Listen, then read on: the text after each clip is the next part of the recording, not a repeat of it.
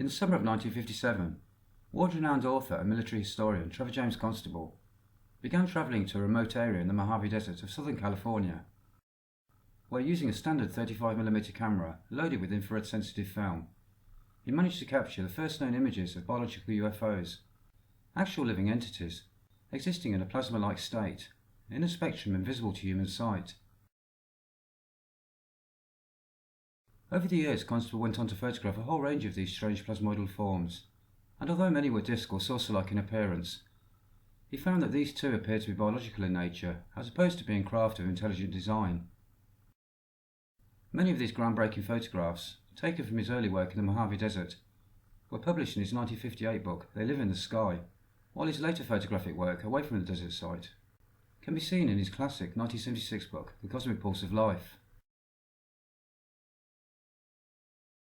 In the mid-1970s, teams of researchers from Italy and Romania, unaware of Constable's earlier findings, obtained virtually identical infrared photographs of plasmoidal entities, which were later published in Italy in 1980. Despite this overwhelming evidence, the so-called UFO experts have consistently failed to recognise the importance of these findings, preferring instead to perpetuate the myth that all UFO manifestations must be interplanetary spacecraft, a myth that has sadly become the mainstay of modern-day ufology. In part 1 of the paper, we examine the best of Constable's original bioform evidence, as well as high-quality but less well-known evidence from Italy and Romania. Paper 2 presents more recent photographic and video evidence from the UK, captured over the last decade during my work with Quest for the Invisibles and my research area near Oxford.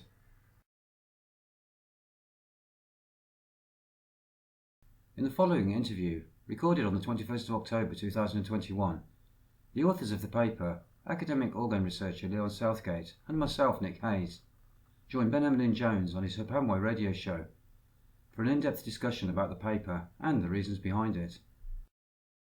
Other topics include the work of UFO pioneer Trevor James Constable and Italian UFO research group, the GRCU. We also discussed the work of Dr. Wilhelm Reich and his discovery of orgone energy, along with the reality of plasmoidal bioforms and other invisible phenomena.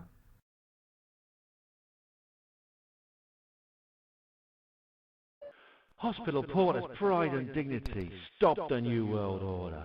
Welcome to HPANWO Radio.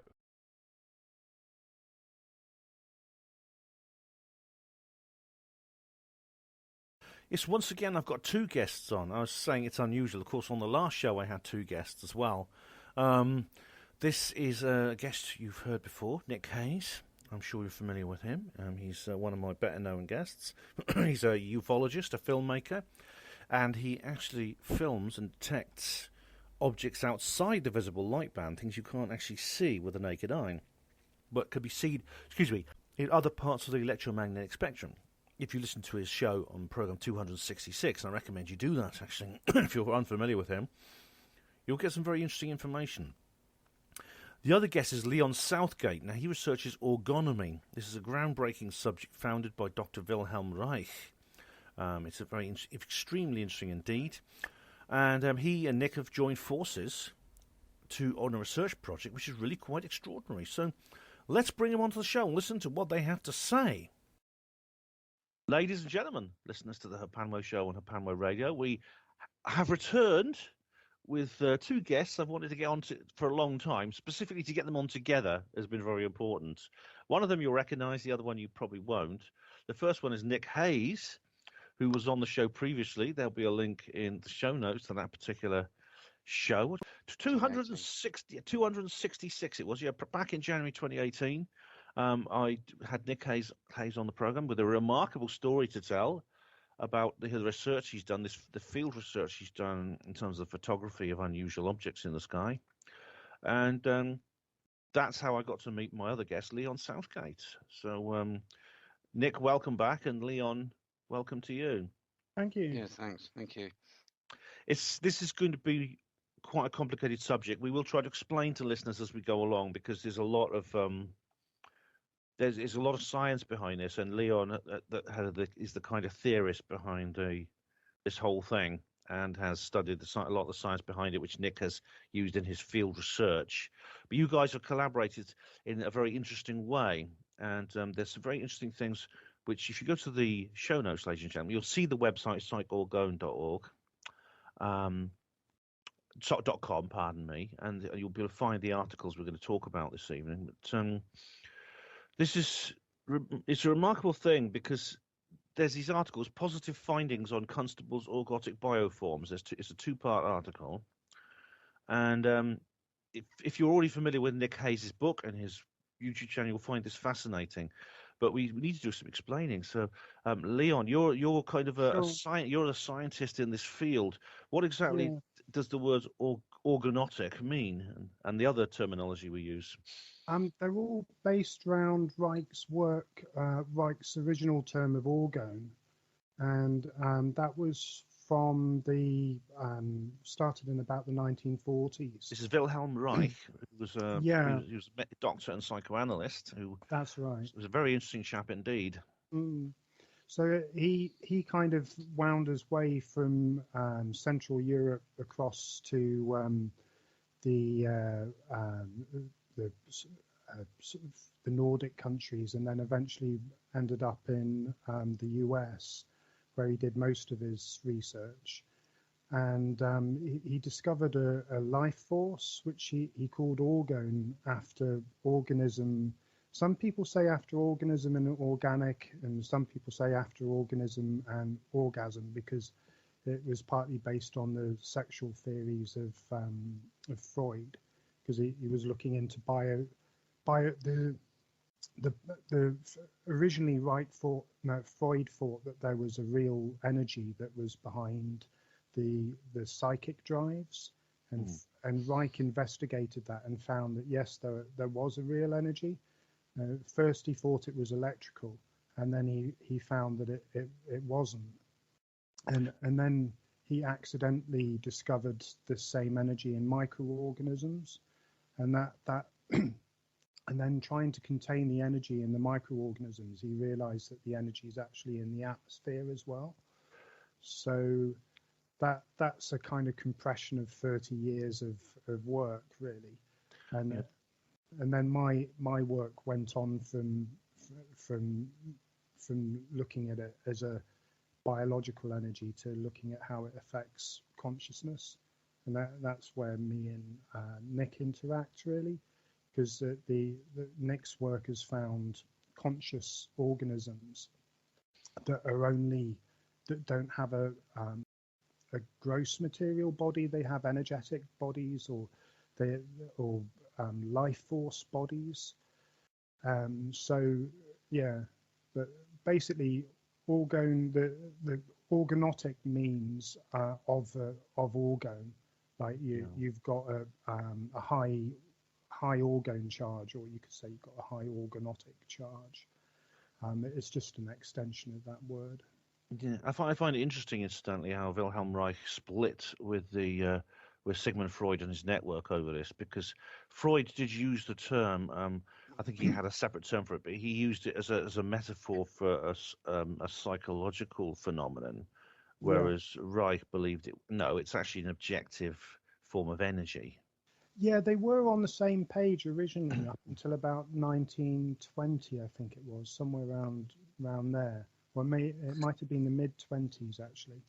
And because for the first decade, maybe, of Freud's research, he thought there was a real bioelectrical or biochemical energy that was behind the libido, or the creative urges, and it was only gradually that he really abandoned that view, and then Reich was really Freud's right-hand man until they kind of diverged on that view, where Freud went down a more kind of nothingness view, a bit like physics, when there's no ether, there's only nothingness, and everything happens in this nothingness, like particles just move around through a complete nothing.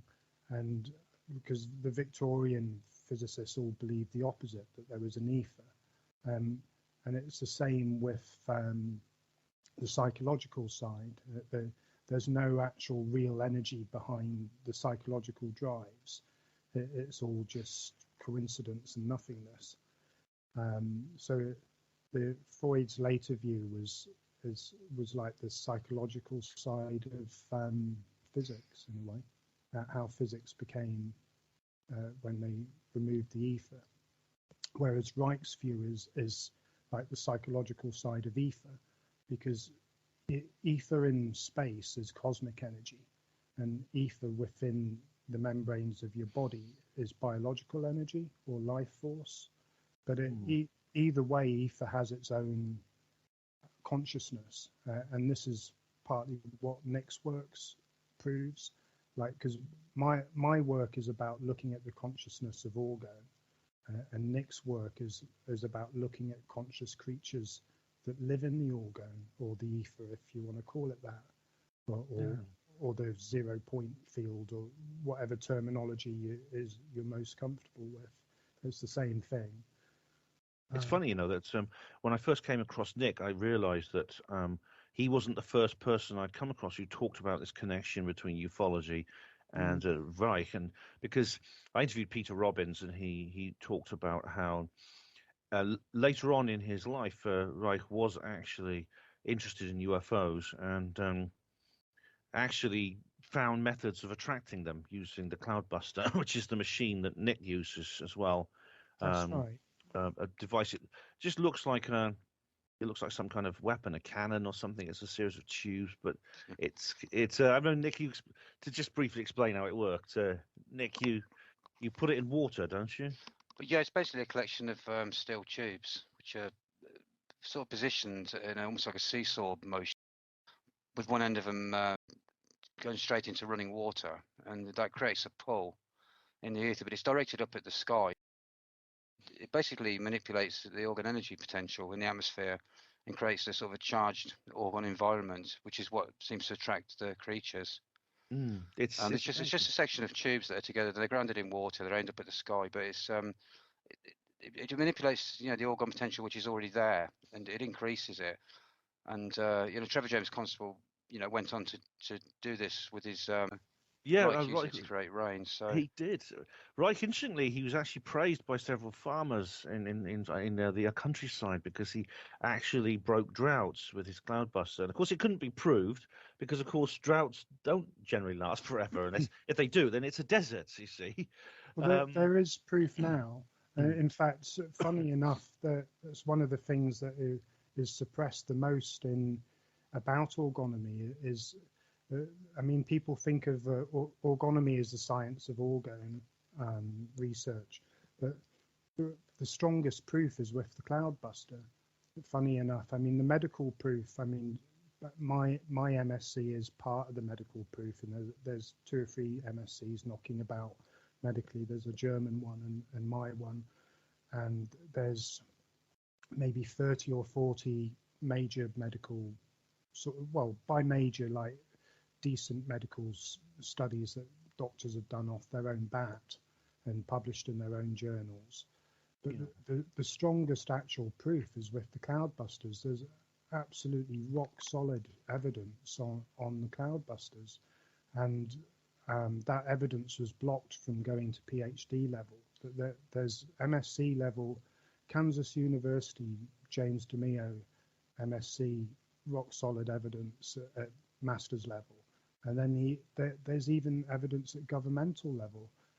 Eritrea and the government of Eritrea was,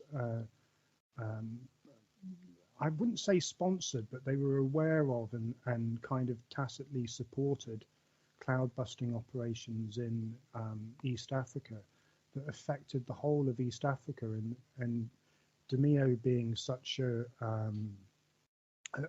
scrupulous scientist, because he's the only kind of PhD scientist in orgonomy, and actually no, that's not true. There's a microbiologist but he's had so much criticism. So he's painstakingly careful with all his work, and all the evidence in Eritrea was very carefully collated.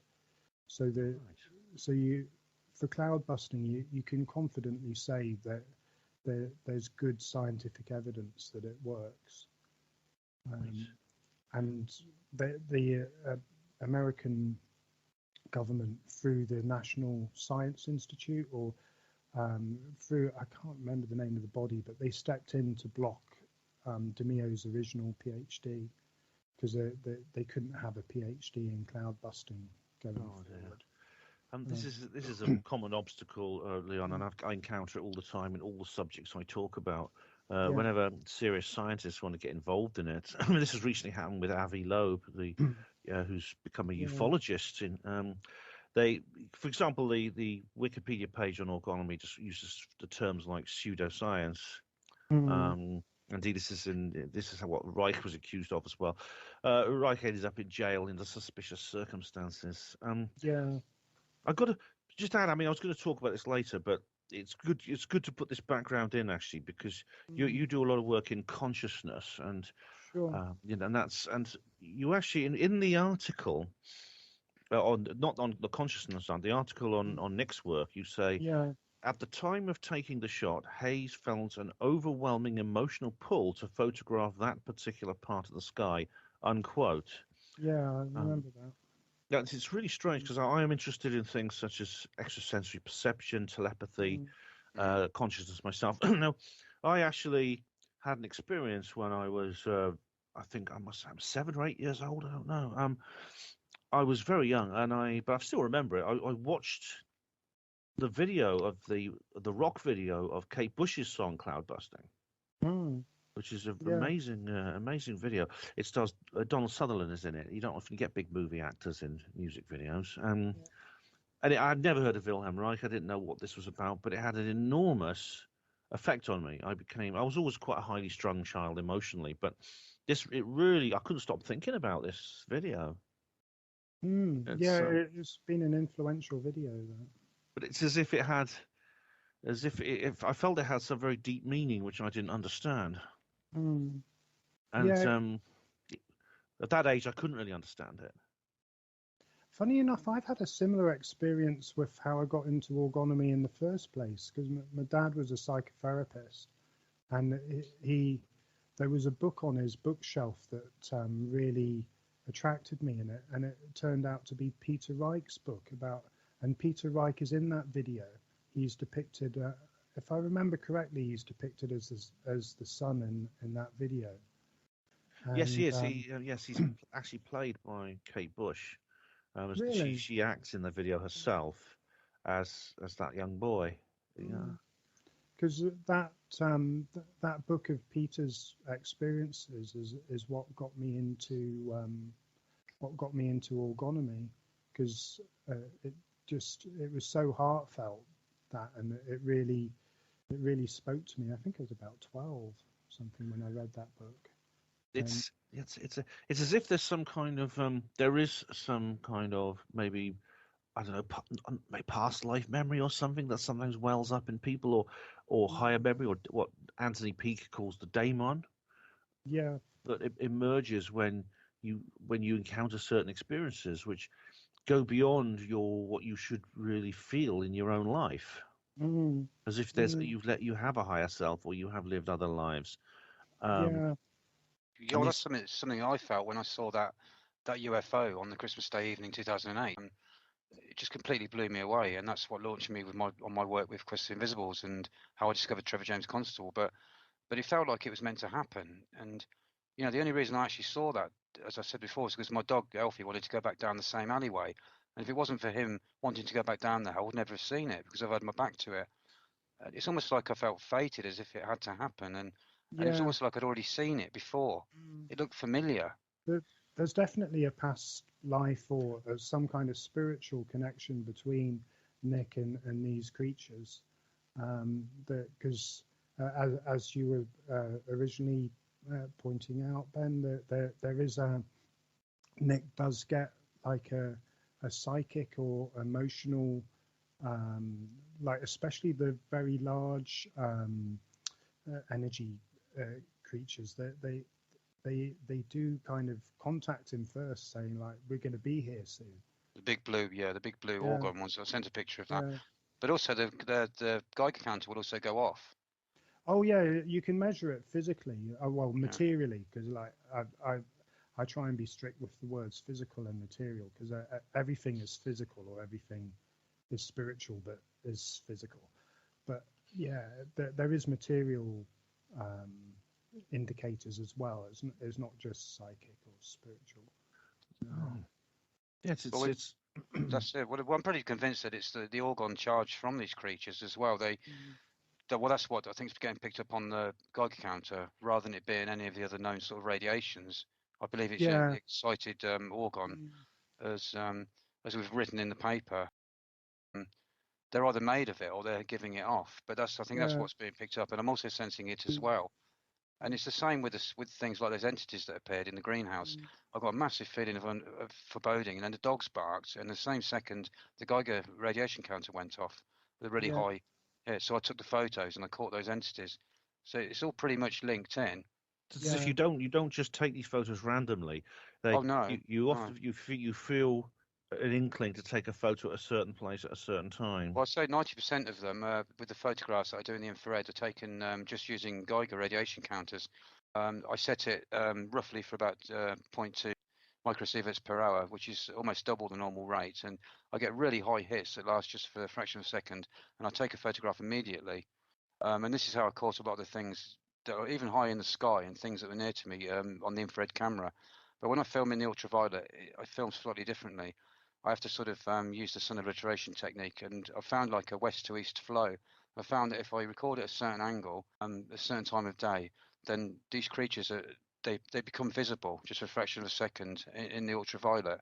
But they all seem to, This is interesting because our first interview we didn't really go into this in the first interview, but it actually appears on the website, in these documents on the website, that this is something that Wilhelm Reich said about the atmosphere. Yeah, can I just jump back slightly, because of course there's a technical point about orgonomy and the observations is like, because orgonomy is based around the life force rather than electrical energies. I think Nik, using based on Trevor Constable's work, was really aware of using Geiger counters more than maybe electrical, looking at electrical interference, and that's one of the reasons he picks these creatures up. Was the GRCU work actually? Yeah, the GRCU. Yeah, that's the Italian right. people. Yeah. And their work is based on Reich, and because like a orgone isn't actually an electrical energy, it can produce electrical stuff.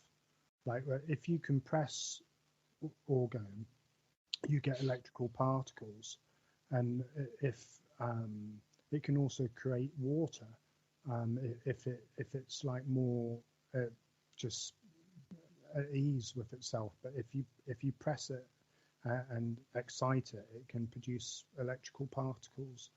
And that's what Nik picks up on the Geiger counter, because you've got a large bioform is a big compression of life force with a membrane, well, of some sort. Is maybe not a material membrane, an energy membrane, and that makes the Geiger counter go crazy.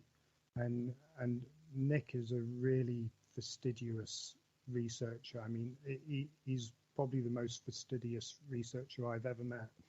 I mean, he'll spend a day finding 2 seconds worth of material, and he has the same attitude with Geiger counters. So he's very exact and very aware of what's going on with his instrumentation, and that's partly why he captures so many of these bioforms. Yeah, this is a long project for Nik. I mean, like you said, you started this a long time ago, and like 2008. 2010. Well, yeah, really, around that's when I first became interested and started accruing my camera wire. But yeah, I mean, I'm still filming now, still going out at night with a Geiger counter. But I go for months without catching anything, and then just as I'm thinking, oh God, if it's too much, something will appear. and keep me hooked. Yeah, it's like it is in terms of the interaction, the communication that you have with these things. It's because I've noticed it all. This is more generally in ufology. People have talked about this, about how sometimes they think certain things and something will appear and a craft or being or something. And so that's quite a common part of ufology, actually. And you mentioned the GRCU. It's interesting that you guys are not voices crying in the wilderness. I mean, you have had other people on parallel research projects to yourself in other countries, and you mentioned the work they did. The Italian there's this Italian group that discovered something to do with streetlights. They actually streetlights seem to attract these things. Is that right? Yeah, well, just to give you a bit of background, the GRCU, they were based in Aranzano, Italy, and they were active. I think they started their work in 1976, and they were led by a guy called Luciano Bocconi. They were part of several groups of UFO researchers in Italy at the time that were using Geiger counters and various electronic devices. But they were amongst the first to capture entities direct from the invisible state. But in some of their work, they actually caught photographed entities attaching to lights, as if they were taking energy from lights. That's interesting, isn't it? Yeah. But they used Geiger counters, precision magnetic compasses, temperature indicators, frequency measurements, including electromagnetic and light. They used light, ultrasound, ultraviolet detectors, as well as a variety of cameras, such as they used infrared film, they used panchromatic, and lots of color films in various gun cameras. But they used a whole array of different filters. But there was 25 of them that were doing their work together. So. But they were going sort of through to the mid-80s, and then they just disappeared. It's rumoured that most of them died quite young. Luciano Bocconi died, and their work's been pretty much lost. But Luciano Bocconi put together a book called UFO La Realtà Nascosta, which is UFO Hidden Reality, which was published in Italian only. It's a very, very rare book, and I managed to get hold of that. I read about it in Trevor James Constable's book, and I paid £350 for it because I was so desperate to get hold of it. But it's also got work in there by other Italian groups and Romanian researcher Florin Georgița. So this is why we did the paper, to try and get this out, because although this stuff did happen, you had Trevor working from 1958, 57 right through till late 70s, and you had the GRCU late 70s, early 80s, but a lot of Trevor's stuff's out there, but the GRCU, barely anyone's heard of their work, and I just considered it very, very important because it just backs up Constable's work, and it backs up what I'm doing. So just believe, we have to get this out there, which is, one of the reasons why we actually put it all together in defence in the paper we did. Yeah. It's a really good synopsis. There's no, there isn't a synopsis like it in the world. I mean, it puts together all the evidence on bioforms from, is it the 1950s that Trevor Constable started? Yeah, he started in 1957. So you got Constable from 1957 through to about 1977. Yeah. And then you've got the GRCU going through from then till sort of like early 1980s. And obviously you've got my work starting in 2009, 2010. So it's almost 60 years in a sense of... and obviously you had Florin Georgița, who was doing the work independently behind the Iron Curtain, and he was friends of Bocconi and the GRCU, but he wasn't aware of their work. But he later joined forces with them. So we thought it was important to let people see this. This is evidence that they never show it on any of these UFO shows. You'll never, you never hear him referring to any of these things being biological, and it's important. It's important work. Yeah, you do actually. What you do is on UFO shows, they'll often refer to entities and phenomena that I think may well fit into the kind of research, the kind of objects that you've discovered, but they don't actually nominate them as biological entities. For example, some of the objects seen in space, I think, do fit into what you describe. Rather than being craft and machines, they're more like life. They're more like living forms, because as opposed to other UFOs that do appear to be mechanical, often there's living beings inside them. But the ones in space are very often, I think, living things. Yeah, there's another. I mean, and just one more point. I mean, because these are generally like plasmatic, they look silver sometimes when seen in the normal vision. They appear silver and metallic, and they can actually morph. I've seen footage that people have showed me in different bits where these things have morphed from like a ball into like a craft. And I filmed strange things. These things can take any form they want. This is another thing, and they can look like craft. Some, they don't seem to be. Some of them seem to be sky creatures, and some seem to be sort of plasmoidal entities that can take any form they want. And they seem to be, a couple of different types there. Some keep the same shape over and over again, but some seem to take any shape, and they're telepathic. When they're appearing, they're doing it for you. They know that you're watching them and stuff. They do indeed. It's interesting that they do appear. Indeed, you captured many different types of or whatever they are, entities or bioforms. And they are, there's kind of a taxonomy of them. I know you've given names like spinning jenny, skyfish, as you explained in the first interview. There's also, you did actually capture one object that distinctly does look mechanical, the one I thought looked like a light bulb. Yeah, there's a few. Yeah, the one on the front of my website, there's a whole load of lights that came over. It's almost like they're part of a big craft. So, there are craft up there, I'm sure.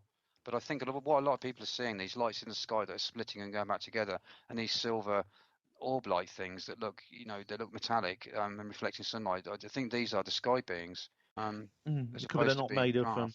They're not. You see, they look metallic, but they might not be made of. There's lots of evidence to suggest the UFOs are actually not made of the same kind of matter as other things. They can sometimes go to solid objects and stuff. They go to solid objects. Yeah. And sometimes they're not in. A lot of things I record in the ultraviolet, for instance, don't even appear in the ultraviolet unless they're reflecting ultraviolet light, which is why I film with a full spectrum camcorder, and I use an ultraviolet pass filter, so it gets rid of the infrared and the visible light. And then you're catching that quick reflection as they come by. And sometimes they only appear in one frame, as I said before.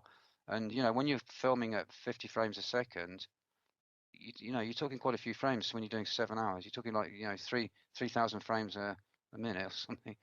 On multiple camcorders.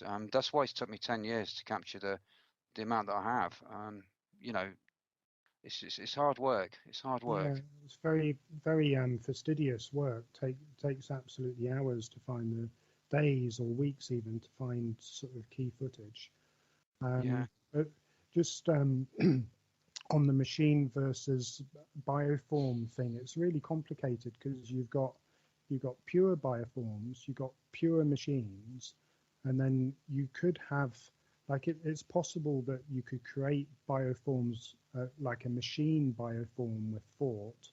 Like there's one of Nik's bioforms does have a mechanical look to it, but most of them have a very organism-like look.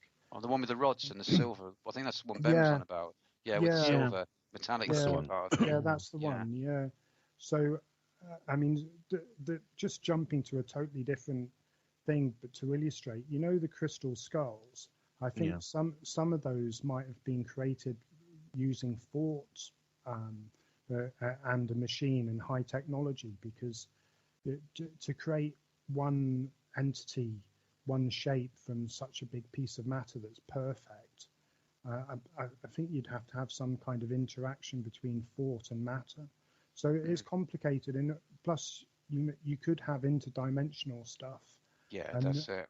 And then you might have super high technology civilizations that can actually swap a physical craft into a plasmatic state for a short period and then back into material state. So it's all these views are compatible. There's no one answer, as it were. Yeah. Well, matter can change forms. The most obvious example is when you freeze water, it goes from a liquid to a solid. You can also, things can become steam, gas. Yeah, steam becomes a vapor. Eventually, if you heat it enough, it becomes a gas, and it splits into hydrogen and oxygen, and it becomes two gases. And indeed, the first most obvious thing about these things is they can't be seen with a normal camera. That seems to be. Well, they can. Some of them can. They can, because some cameras, even though they've got the blocking filters in, they can with strong sunlight. Some of these things can, the same as ghosts and spirits can appear, especially at night if they're illuminated by a flash. You've captured some with invisible light. You've actually captured some. I've captured things in the past, but nothing as good as what I'm getting now. But I've seen stuff that people have captured on normal camcorders, but they didn't necessarily see it with their own eyes anyway. But I think you can get things on normal camcorders, but I think with working in infrared and ultraviolet, they're more solidly there, in that reality.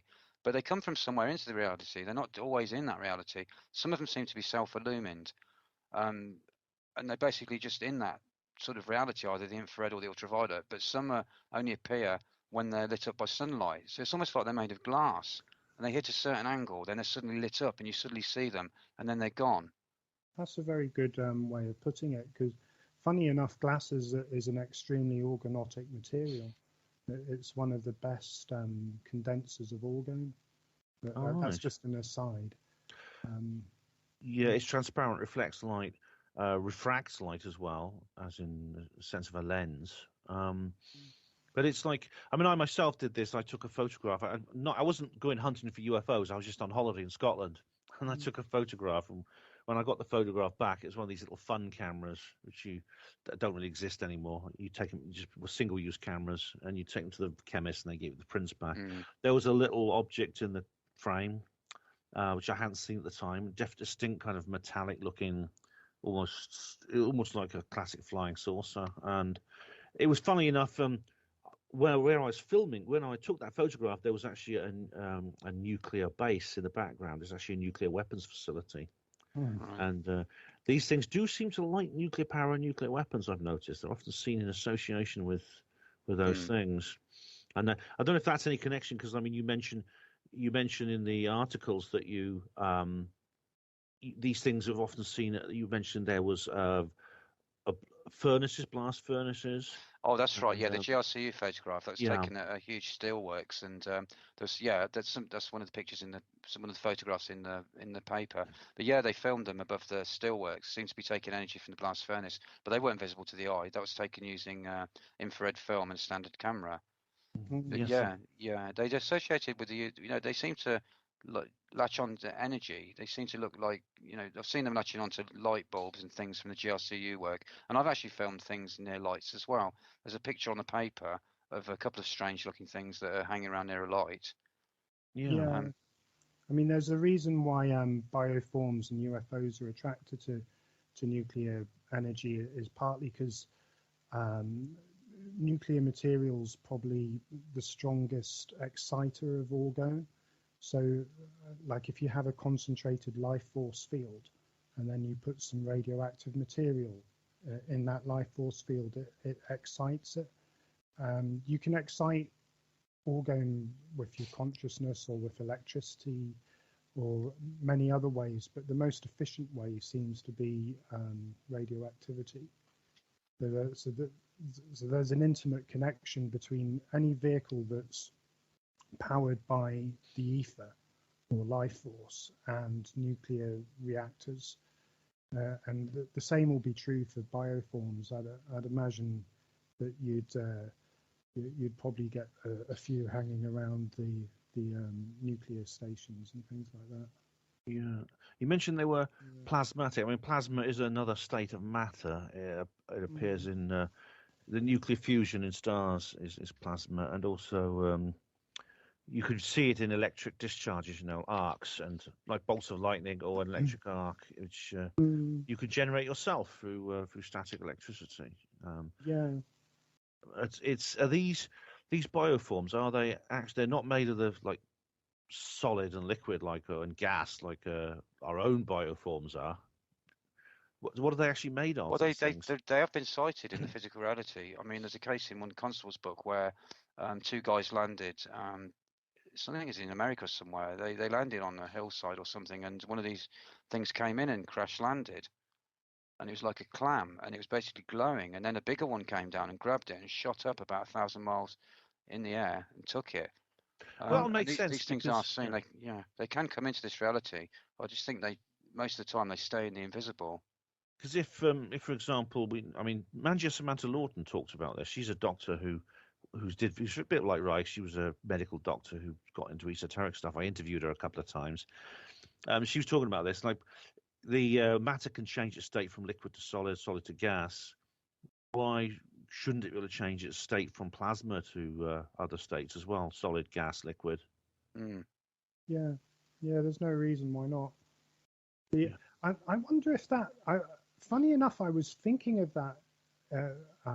That particular bioform from Constable's book the other day, because it's kind of a different, maybe a different class of bioform, or maybe the planet is in such a state that those kind of creatures aren't able to come here very often, because C.S. Lewis wrote about kind of bioforms in his science fiction novels, and that particular bioform, I think one of the people who saw it described it as living metal, and the creatures that Nik has recorded are generally that are quite plasmatic, or they're coming through from maybe even other dimensions, and they're quite subtle. Whereas this creature from Constable's book, I mean, most of the creatures that Constable captured were the same type that Nik has done. I mean, Nik's pictures are the foremost bioform pictures, even including Constable's. Well, it's a continuation, I mean, of Constable's work, but a very high quality one.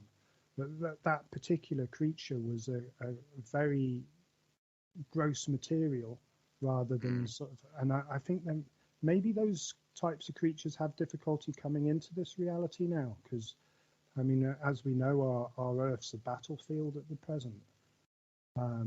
So perhaps in earlier ages they were able to get here easier. Yeah. So when you say the Earth's a battlefield, do you mean is that to do with human attitudes and our own conflicts, or is that to do with our use of energy, electromagnetic radiation, and things like that? I reckon that's Well, Constable surmised that some of these become invisible because of the the drowning of everything in electromagnetic energy, and particularly since the days of radar and things. And it's quite possible it could irritate, because this kind of energy can irritate something that's biological. Yeah. But he thinks that might make it visible in some way. Yeah, they might have to stay in sort of only like touch into this reality because for their own safety, because like electromagnetically, our planet's completely unnatural since World War One. We've been baffed in radio waves, and then in radar, and plasma and ether. It can react. It sees these high electromagnetic energies as incursions into itself. Oh, the fact that different states of matter can affect themselves. I mean, ionizing radiation and radio transmissions are essentially of course they can affect solids and liquids. Like microwave ovens heat up solid and liquid, or essentially I think it's liquid. Things have to be full of water to be. You can't really heat up something dry, but they basically heat water in the same way a flame would. Yeah. And of course, Dr. Judy Wood and John Hutchison have explained how weapons have been created which actually dissolve solid objects into dust. And a laser beam, of course, will if a laser beam can create a lot of heat, and you can be burnt by a laser beam. You can actually drill holes through solid objects with a laser beam, and that's directed energy radiation. So if it can affect other forms of matter, why shouldn't it affect plus plasma? 5G and all everything? You got all the 5G thing going on. I mean, you don't know how that's affecting things. Oh, there's electromagnetism everywhere. I mean, we're using it right now in our computers and things like that, and that's may well have an effect on plasma, like it has an effect on everything else. Yeah, and an effect even beyond plasma on ether or on life force. Like I think some of the higher directed energy weapons are a mixture of electricity and ether, which is another field altogether. But just to briefly mention, Furstenberg is a really good guy to look into the effects of electricity on organisms. But our world has stepped into a completely unnatural electromagnetic field, progressively building since since 1900. But the 5G is just an extension of what's been going on since the first telegraphs, and they've been making people sick since then.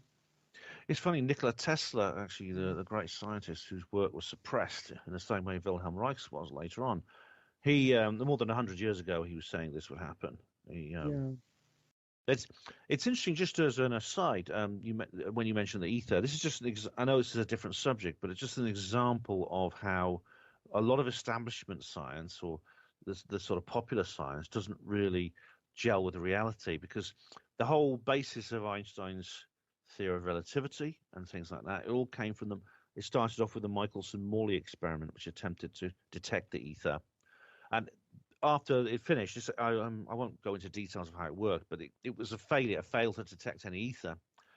And then that's when, in 1905, Einstein got on top of it and published his own work on that. And it was so popular, it became kind of the mainstream viewpoint. But then other scientists were repeating the Michelson-Morley experiment and getting different results. Nexus magazine covered it in detail about how they did detect an ether. They detected differences in literally the speed of light based on where the Earth was in its orbit around the sun. Now, Einstein said no, because there's no ether, the speed of light must be fixed.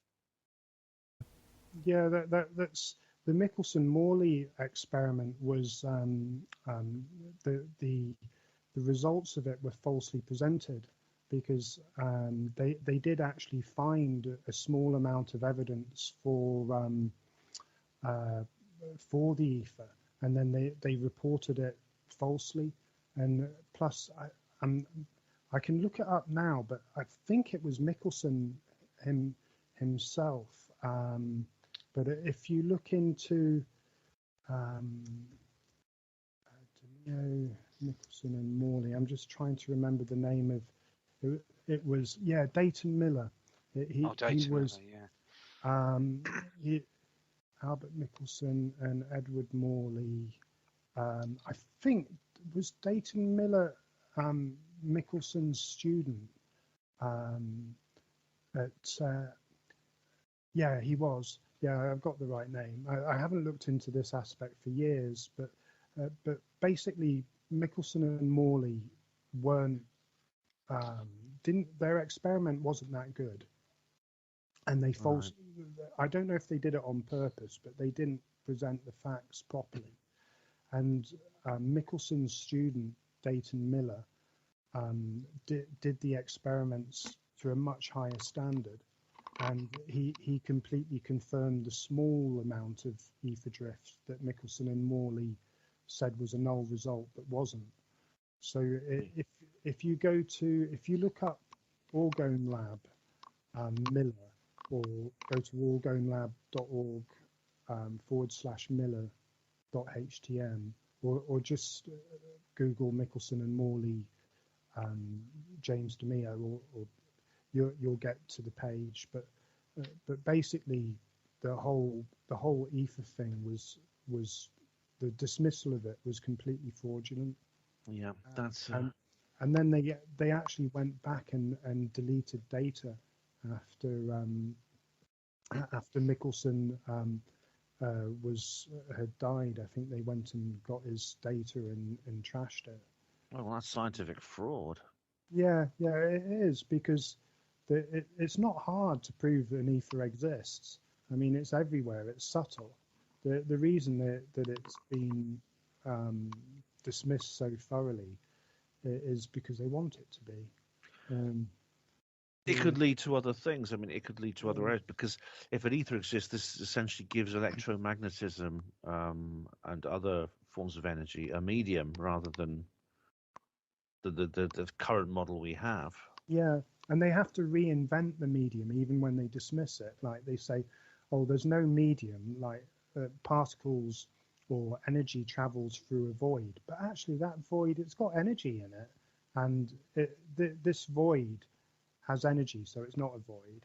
And it behaves like a medium, but it's not a medium. It's the same old mind trick. So rather than say there is an ether, they eventually have to say, well, there's this emptiness, but it behaves like an ether, or it has properties of an ether. Is that like a 0 point field? Yeah, yeah. 'Cause, I mean, There's it. that's Yeah, interesting because there's people who claim to have been able to generate electricity from the 0-point field. Well, that would make sense really, because like particles, if you compress ether, you get particles, and ether affects the speed that particles travel at when it's more condensed.